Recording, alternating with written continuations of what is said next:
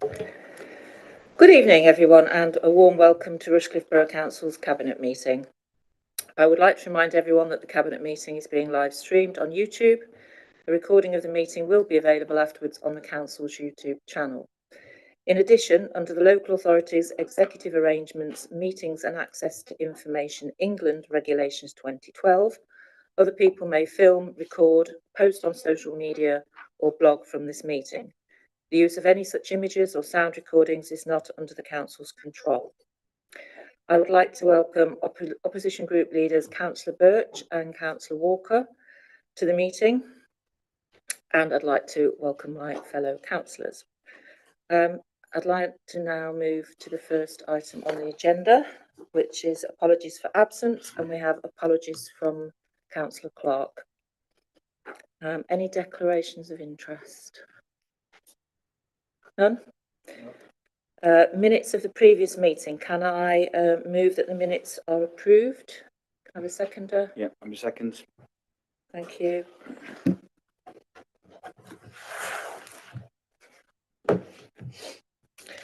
And citizens' questions. I believe we have no citizens' questions. Opposition group leaders' questions. So the first question was from Councillor Thomas, who is now not available to attend the meeting. So I will read out her question and respond to it. So her question was, in addition to the identified 9 key recommendations from the peer challenge, there were also 20 other additional observations of items to be considered, and there are comments in the Appendix B on only 4 of these. Are you able to update members on these remaining 16 items? These include investing in renewable energy, reviewing KPIs, comprehensive review of scrutiny, creating sustainable heat networks, affordable housing programme and potential housing revenue account, identifying land for bionet gain credits, engagement into the lead up to food waste collection.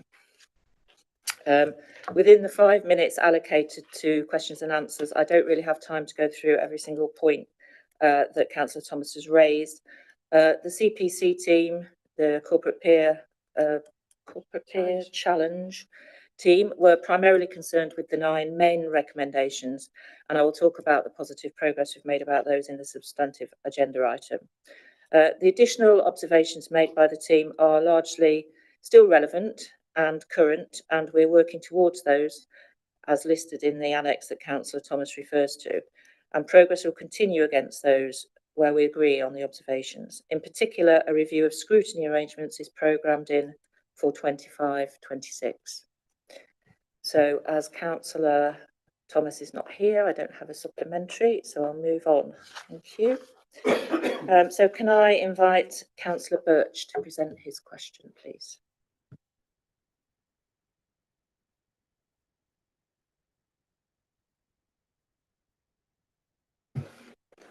Good evening.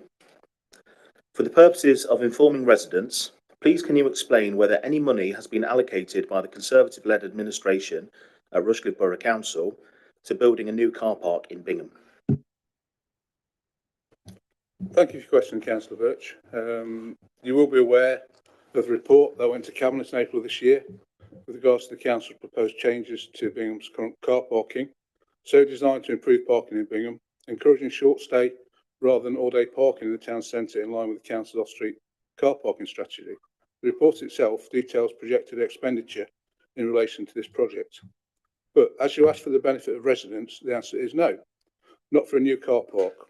Although it should be noted that a new car park was built by the Conservative-led administration at Rushcliffe Borough Council for the Bingham Arena, which opened in 2023, and is now included in the recent implemented Bingham car parking changes with the provision of 30 long-stay permit spaces. I'd also highlight the early feedback is that the Bingham off-street parking changes have been a great success, with lots of positive comments, including residents from surrounding villages.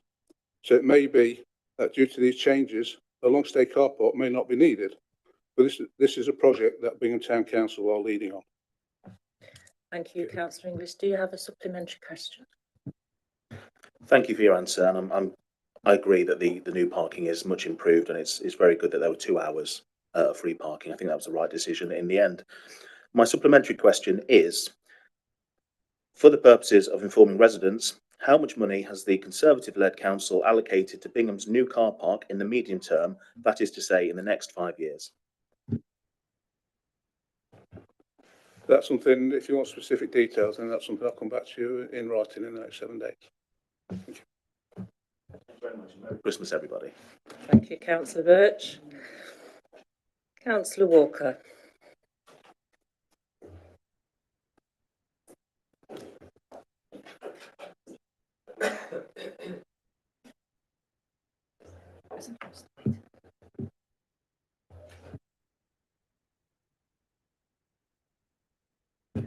Hello, good evening. Yes, thank you for letting me ask my question, despite it not kind of coming through the system. So people are already actively engaged in their local economy as business owners and consumers. There's an easy link to be made between the economic strategy and our peer review's recommendation to engage more effectively with our residents. Has Cabinet sought the opinions of groups on the local economy, such as our disabled residents, as part of its draft engagement strategy? Thank you. Now, I only just been notified of your questions, so forgive me if I don't have all the details to my fingertips. If there's anything I'm missing, I'll come back to you in writing. But the simple answer is yes, we undertook a significant consultation process on the economic development strategy through business groups, through Rushcliffe Business Partnership, through our own growth board and a number of stakeholders, the Chamber of Commerce, the Small Business Bureau, it's not called that anymore, is it? Showing my age. Federation of Small Businesses, thank you, Councillor Walker. And a number of other stakeholders and partners that we work with, including the voluntary sector and others across. I cannot recall if we specifically spoke to disability groups. However, your point is absolutely right. Our engagement strategy, as linked to the peer review challenge, promoted to us a series of options that we might like to consider in terms of getting bottom-up input into our strategic work, which we fully endorse. The engagement strategy is scheduled in to be developed in the new year. And I think the point is well made, and we will ensure that the links with the economic development strategy and that bottom-up approach to ensuring that people can articulate their views, can take part in the process, should look at a range of voluntary sector organisations across the borough, including disability groups where appropriate. Do you have a supplementary for me? Yeah, I did actually. I was just going to ask your opinion on whether you feel the consultations as they stand are effective as an approach of engagement. Are you talking engagement with the peer review challenge recommendations or with the economic development strategy? Just more broadly, kind of our ability to kind of put out consultations. The last consultation we had 7 replies. So my question is this a good way of trying to engage our residents in this kind of process? Or is there another way we can do it? It's not entirely supplementary to your first question, but I'll approach it anyway. Yeah, one of the recommendations from the peer review challenge was to consider our broader engagement strategy, which, as I said, we'll be looking to implement in the new year. And one of them, we're satisfied that our consultation does reach as many of our residents as possible, but the CPC team did raise that it isn't statistically sound in as much as it cannot be considered to be an exact statistical evidence for consultation, because people tend to be self-selecting in terms of what they apply to or not. But I have every confidence that the recommendations that the officers have put forward to address that, which has already started talking to young people, excuse me, looking at other groups that perhaps don't engage as freely with the work, particularly strategic documents, the work of the council, that we will continue to improve on that. And it's one of the recommendations going forward that we'll prioritise. Thank you.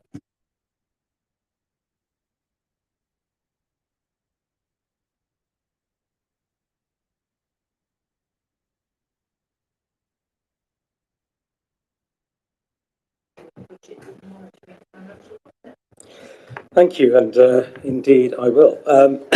So we're halfway through this financial year, and this is obviously the second report for this year.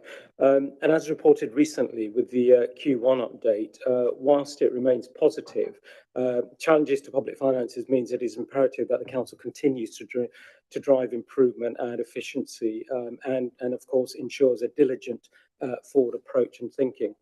So this evening I'll cover from the report two key areas, and that's the revenue and capital budget positions, highlighting some of the key points. For our revenue position at the moment, I'm pleased to share, and you've seen it in the report, there is a projected net revenue efficiency of £1.786 million. That the significant variances are highlighted, which make up that figure in Table 1 on page 6, and also Appendix B, pages 15 and 16. As highlighted in paragraph 4.5, the primary reasons for the variance arise from investment income and unallocated contingency, additional grant income, which we've received, and also savings on our leisure and depot contracts, as well as an increase in some of our business rates. Table 2 of the report on page 8 summarises how we've allocated and the use of the underspend.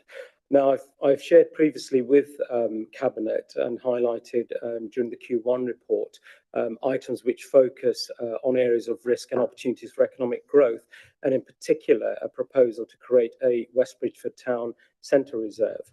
The largest addition in terms of update in the table is also for potential land acquisition, which for carbon offsetting, which amounts to £0.698 million. Now, this combined with the release of funds from the potential travellers site acquisition, referenced at paragraph 4.10, and amounts to 0.377 million from the new homes bonus, together with a previous committed balance of 0.425 million from the last budget year, 23-24 budget efficiencies.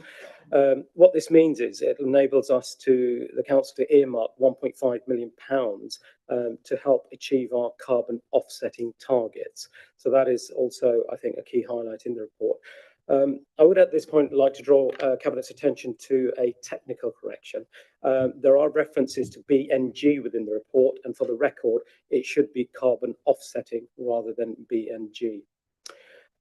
Both those points, areas that I've raised, both the West Bridgford Town Centre redevelopment and land acquisition, carbon offsetting will not be achieved overnight, and this will go to full council with the main budget, which will happen early next year. However, this does demonstrate, I think, within the report how the council is trying to keep and meet its priorities in terms of both economic growth and also environmental sustainability. Appendix E, insofar as the revenue position is concerned, on page 26, shows also a minor overspend on the special expenses budget, which is contained within the report. So moving on to capital, appendices C and D show the overall position on the capital programme and an underspend of 3.598 million, of which 1.435 million is to be rephased into next year, into 25-26, and that's shown at table 3 within the report. This is primarily because there are delays in some schemes, and I'll also draw your attention to an exceptional item of £90,000, which has been accelerated for the cost of a new fleet tanker for fuel, which has been brought forward. Paragraph 4.10 gives reasons for the remaining 2.163 million underspend. For example, the aforementioned being unable to acquire land for a traveller site, the £1 million which had been allocated, and also 0.33 million of contingency, which is unallocated. Finally, on the capital position, I would like to particularly point out the position on the disabled facilities grant. We're aware of the demands on this budget and have therefore allocated an additional £0.2 million towards this budget. This is referenced also in Table 2 as part of the use of the budget efficiency position. However, I acknowledge that this is not a permanent or indeed sustainable situation, and a prudent, affordable and longer-term funding solution will be required as both demand and costs rise. So in conclusion, there is a lot of detail in the report. I'm not going to go through it all, but I think in conclusion, whilst the financial position is healthy, it can, of course, change very quickly. And the council's current financial position and its levels of reserves enable us to mitigate and manage risks and maximise our opportunities. We still continue to provide excellent services and balance the books, but we are under no illusion regarding the financial challenges that lie ahead. However, I am sure Cabinet will agree that despite these challenges, as the report has highlighted, we continue to support economic growth. We continue to allocate additional funding where required, for example, the DFG commitments, as a result of these efficiencies, as well as improving our technology infrastructure in this instance to deliver more efficiently for our residents. I therefore would ask Cabinet to approve the recommendations. I'm not going to read them all out, but they're contained within section 2 of the report. Thank you. Thank you, Councillor Verdi. Do you have a seconder for your paper? Yeah, I'm very much happy to second, Chair. I think, Councillor Verdi's gone into a lot of detail and covered it really well. Where we are financially is where most councils would die for in terms of the financial position. We just saw the budget announced from the council across the river. Yes, there are huge cuts making there. That's not what we are doing. We continue to invest in terms of the money that's been efficiency saved. I think it shows as well, even the position we have, that our team continues to look at ways they can save money so we can reinvest it in our priorities. As set out, for example, the Disabled Facility Grant, thanks to the fantastic work done by the team to save money during the year where we can. We've managed to allocate that towards this is an important area. And even a shout out to my communities team for the extra work they've done to really maximise the bookings that we've had for our sports pitches to deliver £50,000 more into our coffers. I know from being out there with the team, they go day in, day out trying to maximise that for us because they know how important it is to bring the revenue into the council. So as Councillor said really well, we continue to invest in services. The fact we have no external debt means we are also not paying interest on the debt payment. We're able to take the interest that we're saving and put it into the services. And like I say, I know from speaking to councillors from across Nottinghamshire with another hat on, they absolutely all envious of the work that we do, knowing to keep investing money across all our services, but the fact that we are not under the same pressure they are to keep cutting and to make up for being in a poor financial position. So really welcome the report, and it shows we're continuing to be mindful, as Councillor Verdi said as well, that this what could come down the road, especially with not only what the financial settlement in December, the fact we have got that buffer for our residents in terms of that we are able to continue to invest and to not levy the maximum council tax on them, and still have the lowest council tax in Nottinghamshire on the lowest in the UK is fantastic news. So very much welcome the report. Thank you. Thank you, Councillor Ely. Yeah, it's a good report, and as you say, Councillor Verdi, we are facing still a number of external pressures. And it's really good to see that we're enabling those efficiencies to provide us with the flexibility to make decisions to enable us to go where the needs are across the borough. And it gives us that flexibility because it's prudently managed. It's a very good report. Thank you very much. Can I ask people to please agree the recommendations as set out at paragraph 9 on page 13? All in favour? That's unanimous. Thank you.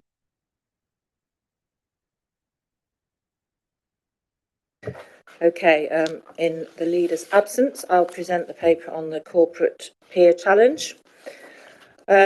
Corporate Peer Challenge is part of the Local Government Association Sector Support Programme. These challenges aim to highlight areas of good practice as well as identifying areas for improvement and ongoing support in the work of councils. Our CPC the examination took place in January of this year, and the feedback from this and the resulting action plan were presented to Cabinet in April of this year. Progress reviews are a core component of all the CPCs and we're required to have a progress report and publish its findings within 12 months. Our review took place on the 6th of November. Before I cover the findings, though, I'd just like to extend our thanks to the CPC team for their constructive and challenging visit and the positive way they've engaged with staff, councillors and partners. We have completed or progressed all 9 core recommendations made by the CPC team, and the detail is contained in Annex A, and key activities are highlighted in paragraph 4.4 of this report. As a result of the recommendations, the CPC team of the CPC team, we have established a corporate projects team, acting as a central hub for project management in the authority. Additional training on this for all involved staff is also planned for the new year. We've established a new capital programme officer working group to ensure clear links between our capital programme and our strategic outcomes, and to ensure that the programme is being well managed. It will also consider the programme links to our new economic development strategy. The council has revised and reduced its corporate values to 5, led by the Council's employee liaison group and involving all staff. The CPC feedback to our follow-up work has been extremely positive and recognised the speed and breadth of our response to their recommendations.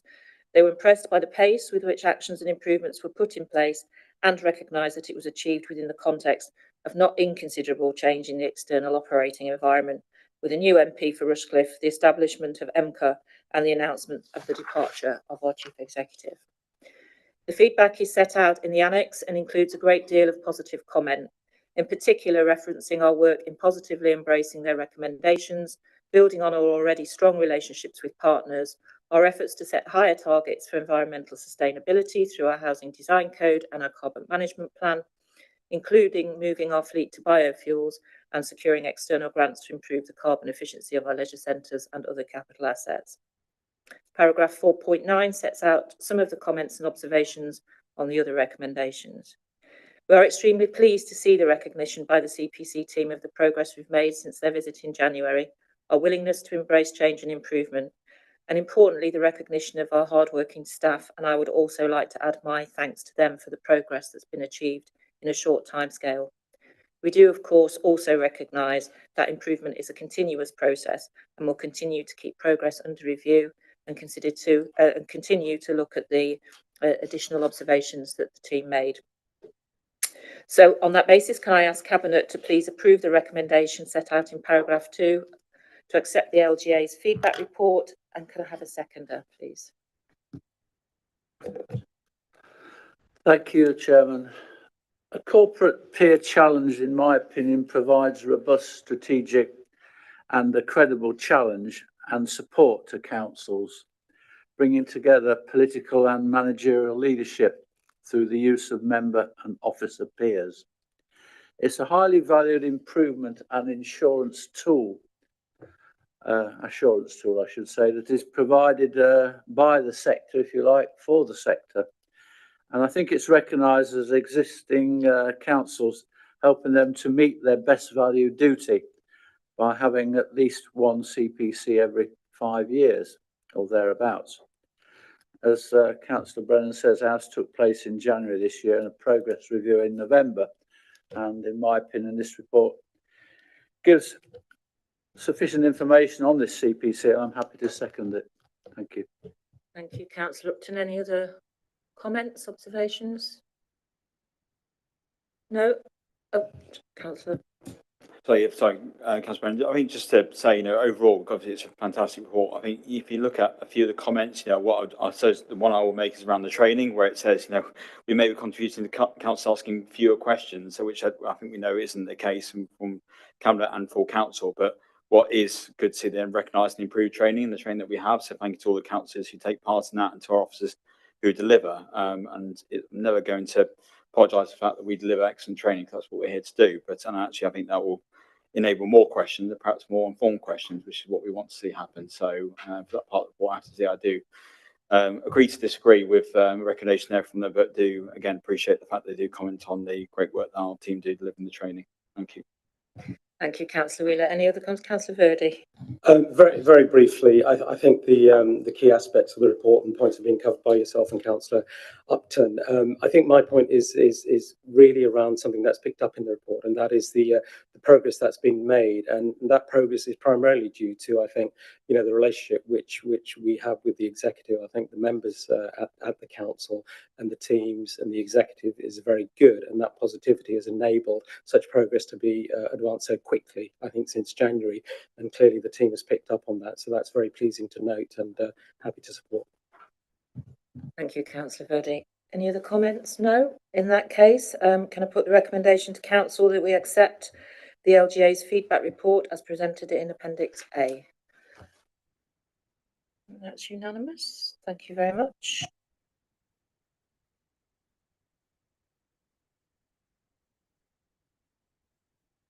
No, I was just checking I had come to the end of the agenda, because last time I tried to wrap it up too early, so I didn't want us to miss out on anything. So that concludes tonight's Cabinet agenda. Thank you, everyone. And it just remains for me to wish everybody a very happy Christmas.